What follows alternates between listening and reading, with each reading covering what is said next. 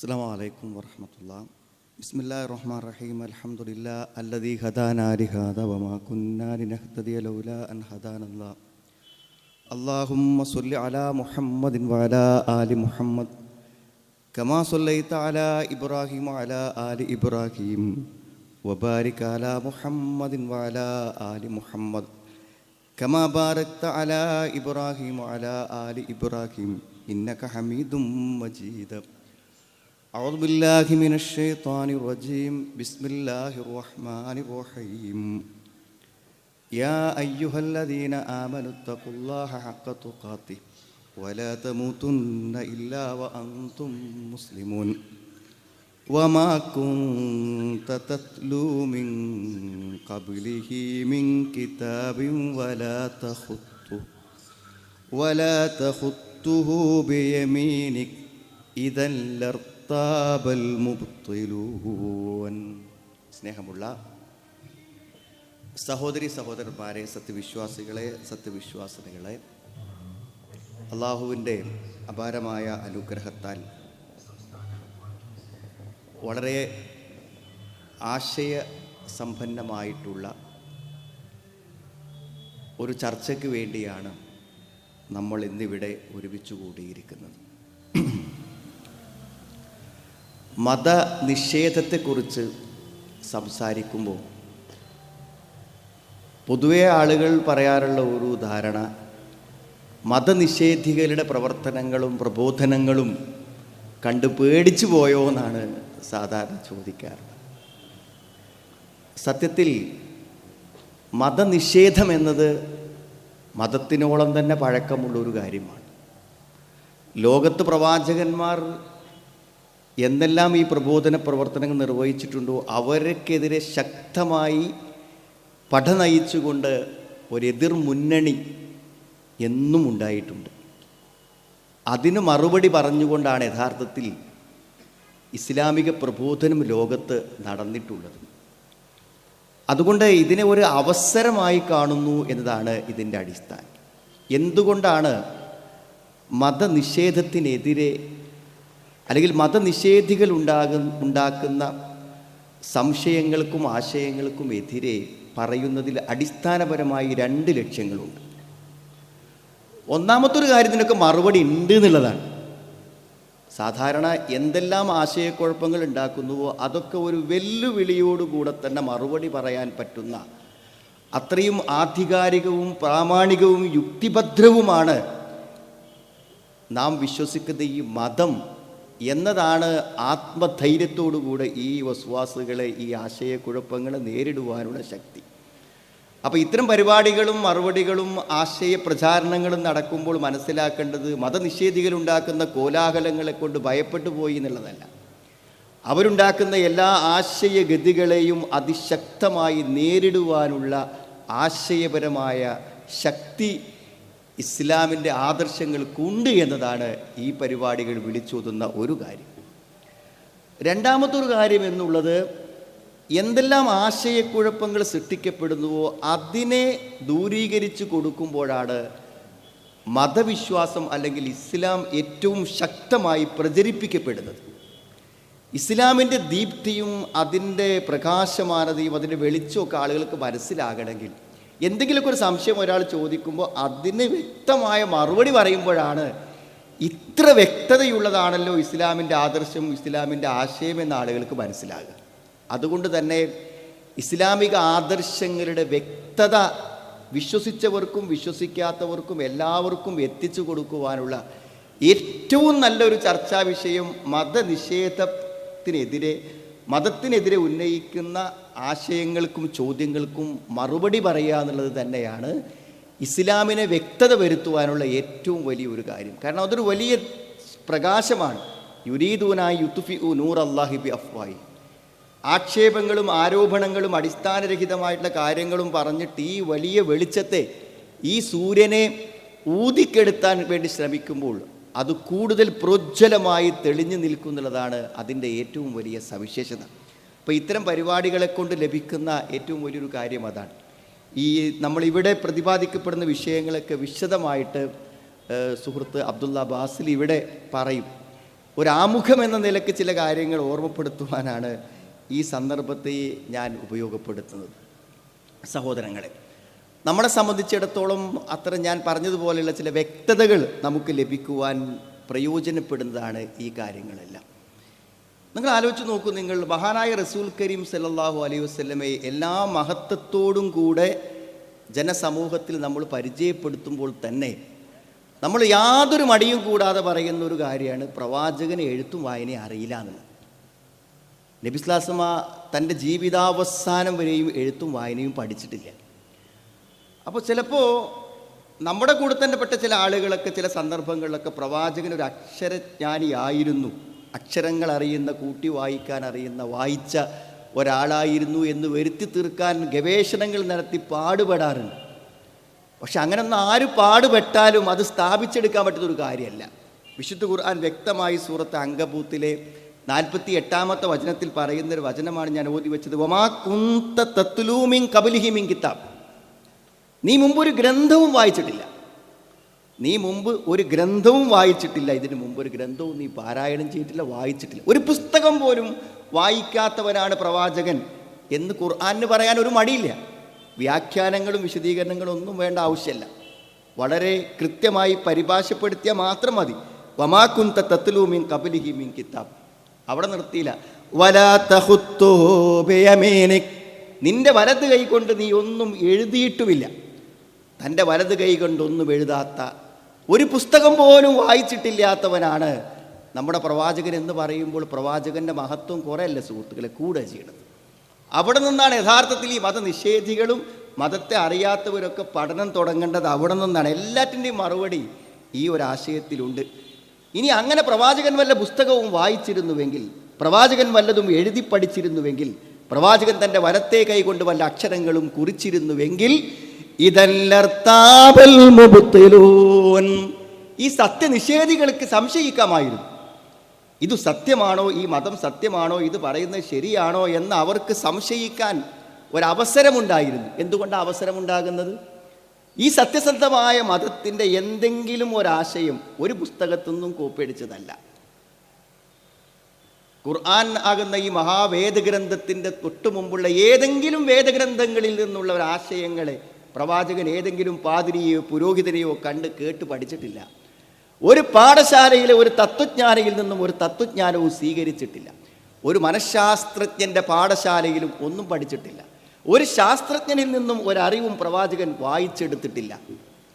അങ്ങനെയാണ് പ്രവാചകൻ എന്ന് പറഞ്ഞിട്ട് 114 അധ്യായമുള്ള ഖുർആൻ ഒന്നാണ് വായിച്ചു നോക്കണം. അങ്ങനത്തെ ഒരാളിലൂടെയാണ് ഈ ഗ്രന്ഥം കിട്ടിയത് എന്ന് പറയുമ്പോൾ സുഹൃത്തുക്കൾ അതിന് ചില ഉത്തരങ്ങൾ ഉണ്ടതിൽ. അവിടെ നിന്നാണ് നമ്മൾ ചിന്ത ആരംഭിക്കുന്നത്. അതായത് ഇത് മുഴുവനും ആരാ പറഞ്ഞു തരും?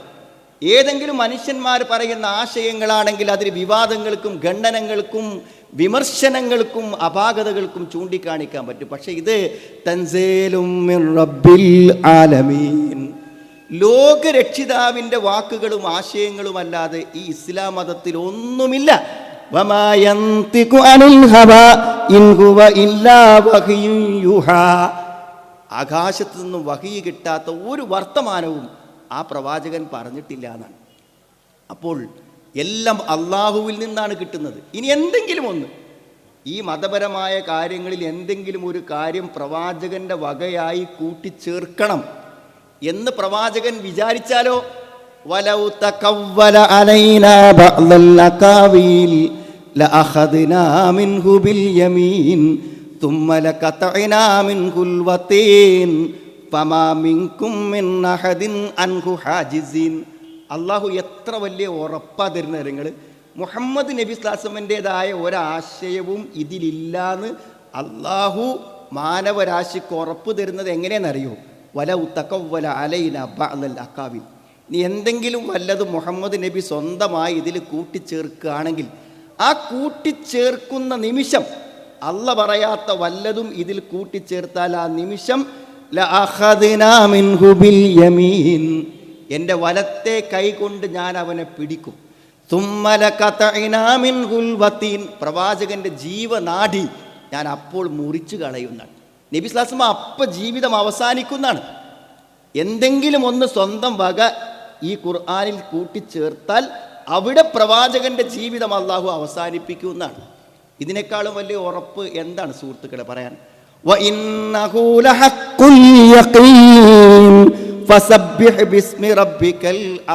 അത് സത്യമാണ്. ഇത് അള്ളാഹുവിൻ്റെ മതമാണെന്ന കാര്യത്തിൽ യാതൊരു സംശയവും യാതൊരു ശങ്കയുമില്ല എന്നാണ്. അപ്പം എന്താ അറിയോ, ഇതിനൊന്നും നമുക്ക് മറുപടി പറയേണ്ട ആവശ്യമില്ല. അതായത് വിശുദ്ധ ഖുർആൻ അള്ളാഹുവിൻ്റേതാണെന്ന് വിശ്വസിക്കുന്ന ഒരാൾക്ക് ഖുർആനിൽ പറഞ്ഞ ഒരു കാര്യത്തിൽ പിന്നെ സംശയം ഉണ്ടാവില്ല. അള്ള പറഞ്ഞൊരു കാര്യത്തിൽ ആർക്കാ സംശയം? ഏറ്റവും വലിയ അറിവും ഏറ്റവും അധികം ഈ പ്രപഞ്ചത്തിൻ്റെ എല്ലാ രഹസ്യങ്ങളും അറിയുന്ന സർവജ്ഞാനിയായ സർവശക്തനായ അള്ളാഹു പറഞ്ഞു എന്ന് പറഞ്ഞാൽ പടച്ചോൻ അങ്ങനെ പറഞ്ഞു, അന്ന് അങ്ങനെ തന്നെ. ഒരു വിശ്വാസിക്ക് അത്രേ ഉള്ളൂ. അള്ളാഹു അങ്ങനെ പറഞ്ഞു, അള്ളാഹു വിശുദ്ധ ഖുർആനിൽ ബഹുഭാരിത്വം അനുവദിച്ചു, എന്നാൽ അതാണ് അതിൻ്റെ ശരി, അതാണ് അതിൻ്റെ ശരി. ഒരു സംശയം. പരലോകമുണ്ട് എന്ന് അള്ള പറഞ്ഞോ, എന്നാൽ പരലോകമുണ്ട്, അതാണ് ശരി. അള്ളാഹു പറഞ്ഞു എന്ന് നമുക്ക് ഉറപ്പ് കിട്ടുമ്പോൾ, പ്രവാചകൻ്റേതല്ല എന്ന് ഉറപ്പ് കിട്ടുമ്പോൾ, നമ്മുടെ എല്ലാ സംശയങ്ങൾക്കും എല്ലാ ചോദ്യങ്ങൾക്കും മറുപടിയായി. നിങ്ങൾ ആലോചിക്കും, നിങ്ങൾ ഏറ്റവും അധികം ഇവിടെ മതനിഷേധികൾ സംശയമുണ്ടാക്കുന്നതും പല ആളുകളുടെ മനസ്സിലും സംശയമുള്ള ഒരു കാര്യമാണ് എന്ത് പ്രവാചകൻ സ്വല്ലല്ലാഹു ആയിഷ റളിയല്ലാഹു അൻഹയെ ചെറിയ പ്രായത്തിൽ വിവാഹം കഴിച്ചു. അപ്പോൾ ചില ആൾക്കാരൊക്കെ അത് 18 വയസ്സായിരുന്നു 20 വയസ്സായിരുന്നു എന്നൊക്കെ പറയാൻ വേണ്ടി ശ്രമിക്കുന്നുണ്ട്. അതിനൊന്നും ഒരു ആവശ്യമില്ല. അങ്ങനെ പ്രവാചകൻ ചെയ്തൊരു കാര്യത്തിൽ വിശ്വാസിക്ക് എന്താ സംശയം? പ്രവാചകൻ ചെയ്ത ഒരു കാര്യത്തിൽ വിശ്വാസിക്ക് സംശയമുണ്ടെങ്കിൽ പിന്നെ അവൻ വിശ്വാസിയാവും. മുഹമ്മദ് നബി സ്വല്ലല്ലാഹു അലൈഹി വസല്ലം ചെയ്ത ഒരു കാര്യം അതെന്താവട്ടെ, അതിലെന്തെങ്കിലും അപാകത ഉണ്ടെങ്കിൽ അത് അള്ളാഹുവാണ് തിരുത്തേണ്ടത്. അള്ളാഹു തിരുത്തിയിട്ടില്ലാത്തൊരു കാര്യം പ്രവാചകൻ്റെ ജീവിതത്തിൽ എന്ത് സംഭവിച്ചാലും നബി അങ്ങനെ ചെയ്തു എന്ന് നമുക്ക് ഉറപ്പ് കിട്ടിക്കഴിഞ്ഞാൽ ആ പ്രവാചകൻ ചെയ്ത ഒരു കാര്യത്തിൽ പിന്നെ സംശയം ഉണ്ടെങ്കിൽ അവൻ വിശ്വാസിയല്ലല്ലോ, അവൻ വിശ്വാസിയല്ല. അള്ളാഹുവിൻ്റെ റസൂൽ പറഞ്ഞതിലൊരു സംശയം, അള്ളാഹു പറഞ്ഞതിലൊരു സംശയം ഒരു വിശ്വാസിക്ക് ഉണ്ടാകുക എന്നുള്ളത് ഒരിക്കലും സംഭവിക്കുന്നില്ല. പിന്നെ സുഹൃത്തുക്കളെ, ഇതിലൊന്നും ഈ പറയുന്ന കാര്യങ്ങളൊന്നും മനസ്സിലാക്കാൻ വളരെ ലളിതമായ ഒരു ബുദ്ധി ആവശ്യമുള്ളൂ. ഞാൻ ഇന്ന് ഫേസ്ബുക്കിൽ ഇങ്ങനെ വെറുതെ നോക്കിയപ്പോൾ ഒരു പോസ്റ്റ് ചെയ്യാൻ കഴിഞ്ഞു. സത്യത്തിൽ ഇന്ന് ഈ പരിപാടി നടക്കുന്ന ദിവസം എങ്ങനെയാണ് ആ പോസ്റ്റ് കിട്ടിയത് ഞാൻ ആലോചിക്കണം. നിഷ്പക്ഷമായി മുസ്ലിങ്ങളെയും ഇസ്ലാമിനെയും നിരീക്ഷിക്കുന്ന ഒരാളെ സംബന്ധിച്ചിടത്തോളം ഇങ്ങനെ പറയാൻ പറ്റും. ഒരു അമുസ്ലിം പെൺകുട്ടി അവളുടെ ഫോട്ടോ വെച്ച അവളുടെ അഡ്രസ്സുള്ള ഫേസ്ബുക്കിൽ ഓതൻറ്റിക്കായി പോസ്റ്റ് ചെയ്ത ഒരു പോസ്റ്റാണ് ഞാൻ വഴി വായിക്കുന്നത്. ഇസ്ലാം എനിക്കിഷ്ടപ്പെട്ട മതം എന്നിട്ട് പറയുന്ന വാക്ക് നോക്കുന്നു. നമ്മുടെ ഇസ്ലാമിക വിമർശനങ്ങൾ ചെയ്യുന്ന ആളുകൾ അത്രമാത്രം കണ്ണടച്ച് ഇരുട്ടാക്കുകയാണെന്ന് പറയാൻ നമുക്കത് പറ്റും. അങ്ങനെ ജനങ്ങൾക്ക് സ്വീകാര്യമല്ലാത്ത, സത്യമല്ലാത്ത, ശരിയല്ലാത്തൊരു മതമാണ് ഇസ്ലാം എന്ന് നിഷ്പക്ഷമായി നോക്കി ഒരാൾ പറയില്ല. ആ പെൺകുട്ടി പറയണ നോക്ക് നിങ്ങൾ, മദ്യപിക്കുന്നവർ അവരിൽ വളരെ കുറവ്, ലോട്ടറി എടുക്കുന്നവർ അവരിൽ വളരെ കുറവ്, പലിശ അവരിൽ വളരെ കുറവ്, മാന്യമായി വസ്ത്രം ധരിക്കുന്നത് അവരുടെ പെൺകുട്ടികളാണ്. അവർ രാമനെയോ ക്രിസ്തുവിനെയോ തെറി പറയുന്നത് ഞാൻ കേട്ടിട്ടില്ല. കേരളത്തിൽ ഒരു ബാർ പോലും അവരുടെ പേരിലില്ല. വ്യഭിചരിക്കുന്നവരിൽ അവർ വളരെ കുറവ്, ആത്മഹത്യ അവരിൽ വളരെ കുറവ്, ദാനധർമ്മങ്ങളിൽ അവരാണ് മുമ്പിൽ, വൃദ്ധസദനങ്ങളിൽ അവർ വളരെ കുറവ്, കുടുംബബന്ധം കാത്തു സൂക്ഷിക്കുന്നത് അവരാണ്. ഞാനൊരു അറബ് നാട്ടിലാണ് ജീവിക്കുന്നത്, ഒരു വർഗീയതയും ഇല്ല, സ്വസ്ഥം സമാധാനമായി ജീവിക്കുന്നു എന്നാണ്. വളരെ ഒരു യുവതിയായ ഒരു പെൺകുട്ടി അവളുടെ ഫേസ്ബുക്കിൽ ഞാൻ ഇന്ന് വായിച്ച സാധനമാണ് ഈ പറയുന്നത്. നിഷ്പക്ഷമായി ഒരു ഇസ്ലാമിനെ കുറിച്ച് പറയാൻ ഇത്രേ ആവശ്യമുള്ളൂ. ഞാൻ പറഞ്ഞ വലിയ പ്രഭാഷണങ്ങളും വലിയ പ്രസംഗങ്ങളൊന്നും ആവശ്യമില്ല. നമ്മുടെ വിശ്വാസങ്ങൾ, ആ വിശ്വാസം നമ്മുടെ ജീവനാണ് സുഹൃത്തുക്കൾ. വെള്ളം, വായു, വെളിച്ചം, ഇതൊക്കെ മനുഷ്യൻ്റെ ജീവൻ എത്രമാത്രം അത്യന്താപേക്ഷിതമാണോ അതിലേറെ അത്യന്താപേക്ഷിതമാണ് ഈ മതം. അങ്ങനെയാണ് നമ്മൾ മതത്തെ സ്വീകരിച്ചിരിക്കുന്നത്. അങ്ങനെയാണ് മതത്തെ സ്വീകരിക്കാൻ വേണ്ടി നമ്മോട് കൽപ്പിച്ചിരിക്കുന്നത്. ഞാൻ അങ്ങനെ പറയുമ്പോൾ എന്താണെന്ന് ചോദിച്ചാൽ നിങ്ങൾ മനസ്സിലാക്കേണ്ടത്, അള്ളാഹുവിൽ നമ്മൾ വിശ്വസിക്കുന്നു. അള്ളാഹുവിലുള്ള വിശ്വാസം എന്നതിൻ്റെ തെളിവ് നമുക്കാർക്കും അന്വേഷിക്കേണ്ട ഒരു ആവശ്യമില്ല. ഒരു വിശ്വാസിനെ സംബന്ധിച്ചിടത്തോളം അവൻ മനസ്സ് തട്ടി ചോദിച്ച കാര്യം പടച്ചവനാണ് കൊടുത്തു കഴിഞ്ഞാൽ അള്ളാഹുവിൻ്റെ അസ്തിത്വം ബോധ്യപ്പെടാൻ അവന് വേറെ തെളിവൊന്നും അന്വേഷിച്ച് നടക്കേണ്ട കാര്യമില്ല. പക്ഷെ അള്ളാഹുവിലുള്ള വിശ്വാസം എന്നത് ഒരനിവാര്യതയാണ്. അള്ളാഹുവിലുള്ള വിശ്വാസം എന്നത് ഒരനിവാര്യതയാണ്. അതില്ലാതെ നമുക്ക് മുന്നോട്ട് പോകാൻ പറ്റില്ല. വെറുതെ ഒന്ന് ചിന്തിച്ച് നോക്കൂ നിങ്ങൾ. ജീവിതത്തിൽ ഏതെങ്കിലും ഒരു കാര്യം എന്തെങ്കിലും ഒരു വിഷയം സുഹൃത്തുക്കളെ അതെന്നെക്കൊണ്ടാവും എന്ന് നമുക്ക് പറയാൻ പറ്റും. വെറുതെ ചാവി എടുത്ത് കാറ് കയറി പോയാൽ ഞാൻ എന്തായാലും ഞാൻ വിചാരിച്ചോടത്ത് എത്തും എന്ന് പറയാൻ ഒരു മനുഷ്യന് അവൻ്റെ ജീവിതത്തിൽ ധൈര്യമുണ്ട്. എന്തെങ്കിലും ഒരു കാര്യം, എന്തിന് നമ്മൾ ശ്വസിക്കുന്ന ഈ ഒരു ശ്വാസോച്ഛ്വാസം അടുത്ത സെക്കൻഡിൽ നടക്കുമെന്നതിന് നമുക്കൊരു ഗ്യാരണ്ടിയുണ്ട്. നമ്മുടെ ജീവിതത്തിൻ്റെ ഒരു കാര്യവും നമ്മുടെ നിയന്ത്രണത്തിലല്ല. ഇത് മനുഷ്യന് നിത്യജീവിതത്തിൽ അറിയുന്ന ഒരു കാര്യമാണ്. അതുകൊണ്ട് തന്നെ എന്താ അറിയോ, ഒരു മനുഷ്യൻ ഇവിടെ ജീവിക്കണമെങ്കിൽ നിർഭയത്വത്തോടു കൂടെ ജീവിക്കണമെങ്കിൽ, രോഗത്തെ പേടിക്കാതെ, അപകടങ്ങളെ പേടിക്കാതെ, ദുരന്തങ്ങളെ പേടിക്കാതെ ഒരു മനുഷ്യൻ ഇവിടെ ജീവിക്കണമെന്നുണ്ടെങ്കിൽ ആ നിർഭയത്വം എങ്ങനെ സാധ്യമാകും? എനിക്കൊരു ബുദ്ധിമുട്ടും വരില്ലെന്ന് എനിക്ക് ഉറപ്പിച്ച് പറയാനും അതിൻ്റെ മുഴുവൻ ഉത്തരവാദിത്വം എനിക്ക് സാധിക്കും എന്ന് എനിക്ക് പറയാൻ പറ്റുകയാണെങ്കിൽ സുഹൃത്തുക്കളെ, നിർഭയത്വത്തോടെ ജീവിക്കാൻ പറ്റും. ഒരു പക്ഷി, ആ പക്ഷി ഒരു ഉണങ്ങി ദ്രവിച്ച കൊമ്പിൽ ഇരിക്കുന്നുണ്ട്. ആ കൊമ്പത് ഇരുന്നാൽ ചിലപ്പോൾ പൊട്ടി വീഴും. പക്ഷെ അതിന് പേടില്ല. എന്താ പേടില്ലാത്ത തരങ്ങൾ? കൊമ്പ് പൊട്ടി വീണാലും എന്ത് ചെയ്യും? അതിന് പറക്കാൻ കഴിയും. അതുകൊണ്ടത് വീണ് പോകില്ല. കൊമ്പ് പൊട്ടി വീണാലും അതിന് പറക്കാൻ കഴിയും. പറക്കാൻ കഴിയുമെന്ന ആത്മവിശ്വാസം ഉള്ളത് കൊണ്ട് അതിനേത് നുരുമ്പിച്ച കൊമ്പിലും അതിന് ഇരിക്കാൻ പറ്റും. അത് ഭൗതികമായ അതിൻ്റെ ഒരു ആത്മവിശ്വാസമാണ്. ഞാൻ ചോദിക്കുന്നത്, ഇവിടെ ഒന്നും സംഭവിക്കില്ലെന്ന്, എനിക്കൊന്നും വരില്ലെന്ന്, അതിനുള്ള എല്ലാ കഴിവും എനിക്കുണ്ടെന്ന് പറയാൻ പറ്റും. നിങ്ങൾ പരിശോധിക്കുന്ന ഡോക്ടർ പോലും പറയണത് മരുന്ന് കുടിച്ചു നോക്കി, ചികിത്സിച്ച് നോക്കി, വിശ്രമിച്ച് നോക്കി, അല്ലെങ്കിൽ ഒരു സർജറി ചെയ്ത് നോക്കി എന്നാണ്. അതിൻ്റെ അപ്പുറത്തേക്ക് പറയാൻ ആർക്കും പറ്റൂല. സുഹൃത്തുക്കളെ, വിശ്വാസികൾ അനുഭവിക്കുന്ന നിർഭയത്വം അതാണ്. കാരണം എല്ലാ നിസ്സഹായതയിലും അവന് തുണയായി, സഹായമായി സർവശക്തനായ, ശക്തികൾക്ക് പരിധിയില്ലാത്ത, ഉറക്കമില്ലാത്ത, ഒന്നിലും അശക്തനാവാത്ത, ആർക്കും തോൽപ്പിക്കാനാവാത്ത, എല്ലാ ശബ്ദങ്ങളെയും കേൾക്കുന്ന, എല്ലാ ഭാഷകളെയും മനസ്സിലാകുന്ന, ഈ പ്രപഞ്ചത്തെ മുഴുവനും സൃഷ്ടിച്ച് പരിപാലിച്ച ഒരു സർവശക്തൻ എനിക്കു രക്ഷകനായി ഉണ്ട് എന്നതാണ് ദൈവവിശ്വാസം. അല്ലദീന ആമനു വലം യൽബിസു ഈമാനഹും ബിളുൽമ ഉലൈക ലഹുമുൽ അംൻ വഹും മുഹ്തദൂൻ. വിശ്വസിക്കുന്ന ആളുകൾ, അല്ലാഹുവിലും പരലോകത്തിലൊക്കെ വിശ്വസിക്കുന്ന ആളുകൾ, ആ വിശ്വാസം ശിർക്ക് കലരാത്ത, ബഹുദൈവത്വം കലരാത്ത, തിന്മ കലരാത്ത ഒരു വിശ്വാസമാണെങ്കിൽ ഉലൈക ലഹുമുൽ അംൻ, അവൻ നിർഭയനാണ്. അത് വിശ്വാസിക്ക് മാത്രമുള്ളതാണ് ആ നിർഭയത്വം. അപ്പോൾ ദൈവവിശ്വാസം എന്നത് ഒരു അനിവാര്യതയാണ്. ആ വിശ്വാസമില്ലാതെ ഒരു മനുഷ്യന് ഇവിടെ നിലനിൽക്കുക സാധ്യമല്ല നിർഭയത്വത്തോടു കൂടെ. അപ്പോൾ അത് അത്രയും അനിവാര്യമായി. ഏത് വിഷയം, ഈ പരലോകത്ത് നോക്ക് നിങ്ങൾ. പരലോക വിശ്വാസത്തെക്കുറിച്ച് നമ്മൾ ചിന്തിക്കുമ്പോൾ എന്താ അറിയോ, മനുഷ്യനെ സംബന്ധിച്ചിടത്തോളം എന്താണെന്ന് വിചാരിച്ചാൽ പൂർണ്ണമായ ഒരു നീതി കിട്ടാൻ. നീതി എന്ന് പറയുമ്പോൾ നിങ്ങൾ മനസ്സിലാക്കേണ്ടത്, ജന്മന അന്ധന്മാരായ ആൾക്കാരുണ്ട്. ജനിക്കുമ്പോൾ തന്നെ കണ്ണ് കാണാത്ത ആൾക്കാർ, അവരൊന്നും കണ്ടിട്ടില്ല, മരിക്കുന്നത് വരെ ഒന്നും കണ്ടിട്ടില്ല. നമ്മളെല്ലാവരും ഇത്ര കണ്ണ് നിറഞ്ഞ് കാഴ്ചകൾ കണ്ട അനുഗ്രഹങ്ങൾ അനുഭവിക്കുമ്പോൾ ആ കണ്ണ് കാണാത്ത ഒരു മനുഷ്യനുണ്ട്. ആ കണ്ണ് കാണാതെ ജീവിച്ച ആ മനുഷ്യന് കാഴ്ചയുണ്ടായില്ല എന്നുള്ള ആ ഒരവസ്ഥക്കൊരു നീതി വേണ്ടേ സുഹൃത്തുക്കളെ? അപ്പോൾ അയാൾ കാഴ്ചയോടുകൂടി ഇനി ഒരിക്കൽ കൂടെ ജീവിക്കും. അതാ പരലോകം. അയാൾ കാഴ്ചയോടുകൂടെ ഇനി ഒരിക്കൽ കൂടെ ജീവിക്കും. അതാണ് പരലോകം എന്ന് പറഞ്ഞത്. ഈ ഭൂമിയിൽ കാണുന്ന എല്ലാ അസമത്വങ്ങളെയും ഒരു പരീക്ഷണമായിട്ട് ഖുർആൻ പറയുന്നു. അതങ്ങനെ തന്നെ പറഞ്ഞു. അതൊരു വ്യാഖ്യാനമല്ല. കുല്ലു നഫ്സിൻ ദാഇഖത്തുൽ മൗത്ത് ഇന്നമാ തുവഫൗന ഉജൂറക്കും യൗമൽ ഖിയാമ. വിശുദ്ധ ഖുർആൻ പറയുന്നൊരു കാര്യമാണ്, നിങ്ങളെല്ലാവരും മരിക്കും, എന്നിട്ട് നിങ്ങൾക്ക് പൂർണ്ണമായ പ്രതിഫലം തരുന്നത് എപ്പോഴാണ്? മരണശേഷം. അതിനുശേഷമുള്ള തൊട്ടടുത്ത വചനത്തിൽ അല്ലാഹു ലതുബ്ലവുന്ന ഫീ അംവാലിക്കും വഅൻഫുസിക്കും. അതിൻ്റെ അർത്ഥം അതാണ്, നിങ്ങളുടെ സമ്പത്ത് കൊണ്ടും നിങ്ങളുടെ ശരീരം കൊണ്ടും നിങ്ങളെ ഞാൻ പരീക്ഷിക്കുക തന്നെ ചെയ്യും. മറ്റുള്ളവരിൽ നിന്നുള്ള ഉപദ്രവങ്ങളെ കൊണ്ട് നിങ്ങളെ ഞാൻ പരീക്ഷിക്കും. പക്ഷേ എന്തൊക്കെ പരീക്ഷണങ്ങൾ നേരിട്ടാലും ആ പരീക്ഷണങ്ങൾക്കൊക്കെ പകരമായി മരണത്തിനപ്പുറത്ത് നീതിപൂർവകമായ പ്രതിഫലം തരും എന്നാ പറയണം.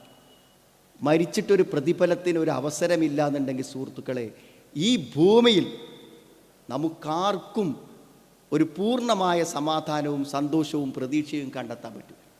എത്രമാത്രമെന്ന് ചോദിച്ചാൽ ഒരു കുട്ടി നമുക്ക് മരിച്ചു പോയാൽ ആ കുട്ടിയെ നമ്മൾ പുനഃസംഗമിക്കും, അല്ലെങ്കിൽ മരിച്ചുപോയ ഉമ്മനെ നമ്മൾ കാണും എന്ന പ്രതീക്ഷ എന്നൊക്കെ പറഞ്ഞാൽ അത് വിശ്വാസത്തിൻ്റെ എത്ര ഉന്നതമായ ഒരു അവസ്ഥയാണ്. അപ്പോൾ പരലോകമെന്നത്, അള്ളാഹുവിലുള്ള വിശ്വാസം എന്നത്, ഇതൊക്കെ ഒരു മനുഷ്യൻ്റെ മാനസികമായ നിലനിൽപ്പിനും അസ്തിത്വത്തിനും ഏറ്റവും പ്രധാനപ്പെട്ട കാര്യങ്ങളാണെന്നാണ്.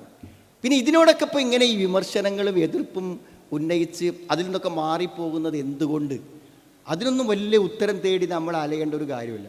ഇപ്പോൾ നമ്മളൊക്കെ നമ്മളെ വീട്ടിലെ കുട്ടികളോട് എന്തൊക്കെ പറഞ്ഞു കൊടുക്കുന്നുണ്ട്, വായിക്കുമോനെ, പഠിക്കുമോനെ, പരീക്ഷ വന്നിട്ടില്ലേ, എന്തൊക്കെ പറയലുണ്ട്, കളിക്കുമ്പോൾ അങ്ങനെ ഓടല്ല മോനെ, അവിടെ ചാടല്ല മോനെ, എന്തൊക്കെ പറയില്ല നമ്മൾ കുട്ടികളോട്. കുട്ടികളെ വല്ലതും കേൾക്കലുണ്ടോ? വളരെ അപൂർവ കുട്ടികൾ കേൾക്കണം. എന്താ കേൾക്കാത്തത്? നമുക്ക് ഉറപ്പല്ലേ 100% ആ കുട്ടിക്ക് ഗുണമുള്ള കാര്യമാണ് നമ്മൾ പറയണത്, 100% നമുക്ക് ഉറപ്പാണ്. പിന്നെ എന്താ കുട്ടി കേൾക്കാത്തത്? ആ കുട്ടിക്ക് ചില ഇഷ്ടങ്ങളുണ്ട്, അവൻ്റെ ചില ദേഹേച്ഛകളുണ്ട്. അവന് നമ്മൾ പറയുന്ന ഈ കാര്യങ്ങളെക്കാളും പ്രധാനം അവൻ്റെ കളിയാണ്, അവൻ്റെ തമാശകളാണ്, അവൻ്റെ വിനോദങ്ങളാണ്, അവൻ്റെ കളിപ്പാട്ടമാണ്, അവൻ്റെ സൈക്കിളാണ്, അവൻ്റെ ഗെയിമാണ്. അതാണ് അവൻ ഏറ്റവും പ്രധാനം. നമ്മൾ പറയുന്നത് പ്രസക്തമല്ലാഞ്ഞിട്ടോ അതവൻ്റെ ഉപകാരത്തിന് വേണ്ടി അല്ലാഞ്ഞിട്ടോ അത് സ്വീകരിച്ചില്ലെങ്കിൽ അപകടം പറ്റുമെന്ന് എന്നതിനെ എതിർത്തിട്ടോ ഒന്നുമല്ല. അവനിഷ്ടം ഇത്ര തന്നെയുള്ള ഈ മതനിഷേധികൾക്കും. ഈ നിസ്കരിക്കുക, ദീനനുസരിച്ച് ജീവിക്കുക, ലഹരി ഉപേക്ഷിക്കുക, വ്യഭിചാരം ഉപേക്ഷിക്കുക, ഇതൊക്കെ പറഞ്ഞാൽ അത്ര എളുപ്പമുള്ള പണിയൊന്നുമല്ലല്ലോ. അപ്പോൾ അതൊക്കെ ചെയ്യാൻ താല്പര്യമുള്ള ആളുകൾ അതിലൊക്കെ നിലനിൽക്കാൻ വേണ്ടി ചില ന്യായങ്ങൾ കണ്ടെത്തുന്നു എന്നതിൽ കവിഞ്ഞ് യാതൊരു മനുഷ്യത്വവും യാതൊരു നന്മയും ഈ കാര്യത്തിലില്ല. അത് ഉറപ്പിച്ച് പറയാൻ പറ്റും. ഈ മതനിഷേധം പ്രചരിപ്പിക്കുകയും അതിനുവേണ്ടി ഉറക്കമൊഴിച്ച് സോഷ്യൽ മീഡിയയിൽ വ്യാപൃതരാകുകയും ചെയ്യുന്ന ആളുകൾക്ക് ഒരു നല്ല ലക്ഷ്യമില്ല. കാരണം ഇതൊരു നല്ല ലക്ഷ്യമുണ്ട് എന്ന് ഇതുവരെ പരിശോധിച്ച് നമുക്ക് മനസ്സിലായിട്ട്, ഞാൻ എന്തെങ്കിലും നന്മയോ മനുഷ്യത്വമോ അവിടെയൊക്കെ മനസ്സിൽ ഇല്ല എന്ന് പൂർണ്ണമായി എനിക്ക് ബോധ്യപ്പെട്ടൊരു സമയമാണ് UAE 4 കുട്ടികൾ മരണപ്പെട്ട സമയത്ത് അതുമായി വന്ന പോസ്റ്റുകൾക്കടിയിൽ ഈ മതനിഷേധികളായിട്ടുള്ള ആളുകൾ അള്ളാഹുവിൻ്റെ അസ്തിത്വത്തെയും അള്ളാഹുവിൻ്റെ കാരുണ്യത്തെയും ഒക്കെ ചോദ്യം ചെയ്യുന്നുണ്ട്. നിങ്ങളൊരു ശാന്തമായി നിഷ്പക്ഷമായിട്ടൊന്ന് ആലോചിച്ച് നോക്ക്. ഞാൻ പറഞ്ഞത്, ആ മരണപ്പെട്ട ആൾ കുട്ടികളെ മറവ് ചെയ്യുന്ന പള്ളിയുടെ അടുക്കൽ വന്നിട്ട് ആ വീൽ ചെയറിൽ ഇരുന്നിട്ട് ആ ഹോസ്പിറ്റലിൽ നിന്ന് വന്ന ആ അടയാളങ്ങളോട് കൂടെ അയാൾ ഇരുന്നിട്ട് ഈ കുട്ടികളെ മറവ് ചെയ്യണം ഇങ്ങനെ കാണുക. ആ ആളുകളെ സമാശ്വസിപ്പിക്കാൻ വേണ്ടി ആളുകളിട്ട പോസ്റ്റിന് താഴെ വന്നിട്ട് അവർ സമാധാനം അടയുന്നത് ദൈവം പടച്ചുണ്ടല്ലോ, മരിച്ച കുട്ടികൾ സ്വർഗത്തിലെത്തും, ആ കുട്ടികളെ നമ്മൾ ഒന്നിച്ച് സ്വർഗത്തിൽ പോകുമെന്നൊക്കെ പറഞ്ഞ് സമാശ്വസിപ്പിക്കുന്ന പോസ്റ്റിന് താഴെ വന്നിട്ട് അവർ സമാധാനം കണ്ടെത്തുന്ന ആ ദൈവത്തെ ചോദ്യം ചെയ്യുകയും, അങ്ങനെ ഒരു ദൈവമൊന്നുമില്ല, അങ്ങനെ ഒരു ദൈവം, കാരുണ്യമുള്ള ദൈവം ഉണ്ടെങ്കിൽ കുട്ടികൾ അങ്ങനെ ചെയ്യുമോ എന്നൊക്കെ അതിൻ്റെ അടിയിൽ വന്ന് ചോദിക്കുന്ന ആളുകളുടെ മനസ്സിൽ എന്ത് മനുഷ്യത്വമാണുള്ള സുഹൃത്തുക്കൾ. അല്പം മിണ്ടാതിരിക്കാം. ഒരു വ്യക്തിക്ക് ദൈവമുണ്ട് എന്ന് വിചാരിച്ചിട്ട് ഉമ്മ മരിച്ചു കിടക്കുമ്പോൾ പടച്ചോണ്ട് പരലോകൊണ്ട് വിചാരിച്ച് അയാൾ സമാധാനിച്ചിരിക്കുകയാണെങ്കിൽ ഇരുന്നോട്ടെ വിചാരിച്ചൂടെ? ഇപ്പോൾ അതൊരു അന്ധവിശ്വാസമായിക്കോട്ടെ, അയാൾക്ക് സമാധാനം കിട്ടുകയാണെങ്കിൽ അത് അയാൾ വിശ്വസിച്ചോട്ടെ എന്ന് വിചാരിക്കാനുള്ള ഒരു മനുഷ്യത്വം അല്ലേ? തൽക്കാലം ഈ കുട്ടികൾ മരിച്ചതിൻ്റെ ദുഃഖത്തിലിരിക്കുമ്പോൾ ഈ വിശ്വാസികളായ ആളുകൾ പറഞ്ഞു കൊടുക്കണം, വല്ല ആയത്തോ ഹദീസും കേട്ട് അയാൾക്ക് വല്ല സമാധാനം കിട്ടുകയാണെങ്കിൽ കിട്ടിക്കോട്ടെ, ഒന്ന് മിണ്ടാതിരിക്കാൻ, ഒന്ന് മൗനം ദീക്ഷിക്കാൻ. അതിൻ്റെ അടിയിൽ വന്ന് ഇത്രയും വൃത്തികെട്ട കമൻറ്റുകൾ എഴുതാൻ പറ്റുന്നവർക്ക് എന്തെങ്കിലും മനുഷ്യത്വം ഉണ്ടായിട്ടോ നന്മ ആഗ്രഹിച്ചിട്ടാണോ എന്ന് നമുക്ക് പറയാൻ പറ്റും? ഒരിക്കലും പറയാൻ പറ്റില്ല. കാരണം ആ സന്ദർഭത്തിൽ അങ്ങനെ ചെയ്യാൻ കഴിയുന്ന ഒരു മനസ്സിന് ഉള്ളിൽ ഒരു മനുഷ്യത്വമോ നന്മയോ നമുക്ക് കാണാൻ പറ്റില്ല. അപ്പം സത്യത്തിൽ എന്തെങ്കിലും ഒരു സതുദ്ദേശം ഇത്തരം പ്രബോധനങ്ങൾക്ക് പിന്നിൽ ഇല്ല എന്ന് പറയാനാണ് ഞാൻ പറഞ്ഞത്. ഇത്തരം മതനിഷേധങ്ങൾ പ്രചരിപ്പിക്കുന്ന ആളുകൾക്ക് എന്തെങ്കിലും ഒരു നന്മ, ഏത് കൂട്ടായ്മയ്ക്കും ഏത് പ്രചാരണങ്ങൾക്കും ഏത് ആശയങ്ങളുടെ പ്രചാരണങ്ങൾക്കും ഒരു ലക്ഷ്യം ഉണ്ടാവുള്ളൂ. എന്തെങ്കിലും ഒരു നല്ല ലക്ഷ്യം എന്ത് ചെയ്യുന്നില്ല, ഇതിൻ്റെ പിന്നിലില്ല എന്നുള്ളത് അവിടെ തന്നെ പ്രചാരണങ്ങൾ ശ്രദ്ധിച്ചാൽ കാണും എന്നാണ് ഞാൻ പറഞ്ഞൊരു ചുരുക്കം. സഹോദരങ്ങളെ, ഞാൻ ദീർഘിപ്പിച്ച് പറയാനുള്ള കാര്യം, ഏത് വിഷയങ്ങളെക്കുറിച്ചാണെങ്കിലും അതിനെക്കുറിച്ച് കൃത്യമായി നമ്മൾ മനസ്സിലാക്കാൻ ശ്രമിക്കുമ്പോൾ നമുക്ക് വിശുദ്ധ ഖുർആനോടും ഇസ്ലാമിനോടുമൊക്കെയുള്ള ബഹുമാനവും ആദരവും നമുക്ക് കൂടുതൽ വർദ്ധിക്കുകയുള്ളൂ. അതായത് ഇതിൻ്റെ ഒരു ദീനിയായി ജീവിക്കുന്നതിൻ്റെ, ഒരു മതപരമായി ജീവിക്കുന്നതിൻ്റെ ഗുണമെന്ന് പറഞ്ഞാൽ ഏറ്റവും അധികം അത് ആരാണോ അനുഷ്ഠിക്കുന്നത് ആ വ്യക്തിക്കാണ്. നമ്മുടെ ഓരോരുത്തരുടെയും ഗുണത്തിന് വേണ്ടിയാണ്. ഇന്ന അഹ്സൻതും അഹ്സൻതും ലി അൻഫുസിക്കും വമനിഹ്തദാ ഫഇന്നമാ യഹ്തദി ലിനഫ്സിഹി. നമുക്ക് വേണ്ടിയാണ്. നമ്മൾ എത്രമാത്രം മതത്തിൻ്റെ നിയമങ്ങളെ സൂക്ഷ്മതയോടുകൂടെ പാലിക്കുന്നുവോ അവിടെയാണ് നമ്മുടെ വിജയമെന്ന് പറഞ്ഞാൽ. ഇപ്പോൾ നിങ്ങൾക്കറിയാം, സ്ത്രീ പുരുഷന്മാർ തമ്മിൽ ഇടപഴകുന്നതിൻ്റെ യാതൊരു തരത്തിലുള്ള നിയന്ത്രണവുമില്ലാത്ത ഒരവസ്ഥയിലേക്കാണ് ഒരു ലിബറലായിട്ടുള്ള കാഴ്ചപ്പാടുകൾ എത്തിച്ചേർന്നിരിക്കുന്നത്. അതായത് ആ ഒരു വ്യത്യാസം തന്നെ ഇല്ലാതാക്കാനുള്ള ശ്രമം ഇത്തരം പ്രചാരണങ്ങളിലൂടെ സാധ്യമായിട്ടു. നിരന്തരമായ പ്രചാരണങ്ങൾ നടത്തുമ്പോൾ അത് ചെറിയ സ്വാധീനങ്ങൾ ആളുകളുടെ മനസ്സിലുണ്ടാക്കും. അത്തരം ഒരു ലിബറൽ കാഴ്ചപ്പാട് കൊണ്ടുവരുന്നിടത്ത് നമ്മുടെ പെൺകുട്ടികളെയും ആൺകുട്ടികളെയും, ആണും പെണ്ണും തമ്മിലൊരു വ്യത്യാസമല്ല. അങ്ങനെ ചിന്തിക്കുന്നത് കൊണ്ട് ആണിന് ആണിൻ്റേതായ പ്രത്യേകത, പെണ്ണിന് പെണ്ണിൻ്റേതായ പ്രത്യേകതകൾ ഉണ്ട് എന്ന് നമുക്ക് എല്ലാവർക്കും അറിയാം. പക്ഷേ അത് ഏതൊരു വ്യക്തിക്കും അറിയുന്ന അത്തരം വ്യത്യാസങ്ങളെ പറഞ്ഞ് എന്ത് ചെയ്യാണ്, ആളുകളുടെ മനസ്സിൽ അതിനെതിരായ ചില ബോധങ്ങൾ ഉണ്ടാക്കുമ്പോൾ. ഇപ്പോൾ അടുത്ത ദിവസം നിങ്ങൾ കേട്ടിട്ടുണ്ടായിരിക്കും, ഒരു പെൺകുട്ടി അവൾ വീട്ടിൽ നിന്നൊന്ന് പിണങ്ങിയതാണ്. വീട്ടിൽ നിന്ന് പിണങ്ങി അവൾ എന്ത് ചെയ്തു, നേരെ അവൾ പോയി ഏകദേശം 10, 70, 80 കിലോമീറ്റർ അപ്പുറത്തേക്ക് ബസ് കയറിയിട്ട് ഒറ്റയ്ക്കാണ് പോയി. ഒറ്റയ്ക്ക് പോയിട്ട് എന്ത് ചെയ്യാണ്, കോഴിക്കോട് കടപ്പുറത്താണ്. കോഴിക്കോട് കടപ്പുറത്ത് എത്തിയിട്ട് അവൾക്ക് ഭക്ഷണം വേണം, താമസിക്കാൻ സ്ഥലം വേണം. വയസ്സ് 16 വയസ്സേ അവൾക്കുള്ളൂ. അപ്പോൾ അവൾ ചോദിക്കുകയാണ്. അപ്പോൾ അവൾക്ക് എന്താണ് ആ പോകാനുള്ള ധൈര്യം? ഒരു 16 വയസ്സായ ഒരു പെൺകുട്ടിനെ പോകാൻ, ഈ മതനിഷേധത്തിൻ്റെ അപകടങ്ങൾ എന്ന് പറയുമ്പോൾ പറയും, എന്താണ് ഇതിൻ്റെ ധൈര്യം? ഒരു 16 വയസ്സായ ഒരു ആൺകുട്ടിക്ക് ബസ് കയറി കോഴിക്കോട്ടേക്ക് പോകാൻ കിട്ടുന്ന അതേ ധൈര്യം ആ പെൺകുട്ടിക്കും കിട്ടുന്നു. അതാണ് സാമൂഹിക ബോധവൽക്കരണങ്ങൾ. ഒരു പെൺകുട്ടി പാലിക്കേണ്ട ചില മര്യാദകളുണ്ട്. അതെന്തിനാ? അവളെ സ്വാതന്ത്ര്യം ഹനിക്കാനല്ല, അവളുടെ സുരക്ഷിതത്വത്തിനാണ്. ആങ്ങളെയോ വാപ്പയോ ഭർത്താവോ ആരെങ്കിലും ഒക്കെ ഉണ്ടാവട്ടെ, രാത്രിയിലും അസമയത്തൊക്കെ യാത്ര ചെയ്യുമ്പോൾ എന്ന് പറയുന്നത് ഒരു മതനിർദ്ദേശമാണ്. ആ മതനിർദ്ദേശം അവളുടെ മനസ്സിൽ നിന്ന് പോയത് എന്തുകൊണ്ടാണ്? ഒരു ആൺകുട്ടിയെപ്പോലെ തന്നെ ഞാനും എന്ന് തോന്നുമ്പോൾ അവൾ കയറുകയാണ്. എന്നിട്ട് അവൾ ചെന്നിട്ട് ഒരു ഫാമിലിയോട് പോലെയല്ല സഹായം ചോദിക്കുന്നത്. അവിടെ മയക്കുമരുന്ന് വിൽക്കുന്ന മാഫിയയിൽപ്പെട്ട രണ്ട് ചെറുപ്പക്കാരെയാണ് അവൾ പോയിട്ട് സഹായം ചോദിക്കുന്നത്. ഒരു വേണം ഞങ്ങൾ സഹായിക്കാം, ഭക്ഷണം തരാം, താമസിക്കാൻ സൗകര്യം തരാം, ഒക്കെ തരാമെന്ന് ഓഫർ ചെയ്യും. എന്നിട്ട് അവർ വിൽക്കുകയാണ്. പൈസ വാങ്ങിയിട്ട് 4000, 5000 വാങ്ങിയിട്ട് എന്ത് ചെയ്യാണ്, അവർ ലോഡ്ജിൽ കൊണ്ടുപോയിട്ട് രാത്രി പീഡിപ്പിച്ചിട്ട് പകൽ വിടുകയാണ്. എങ്ങനെയാണ് പിടിക്കപ്പെട്ടത്? പോണ സമയത്ത് ആ കുട്ടി എന്ത് ചെയ്തു, ആ കുട്ടിക്ക് ആ കൂട്ടത്തിലുള്ള ഒരു നമ്പർ കൊടുത്തു. ആ നമ്പറിലാണ് പോലീസ് സെർച്ച് ചെയ്ത് അവരെ പിടിച്ച് അറസ്റ്റ് ചെയ്തത്.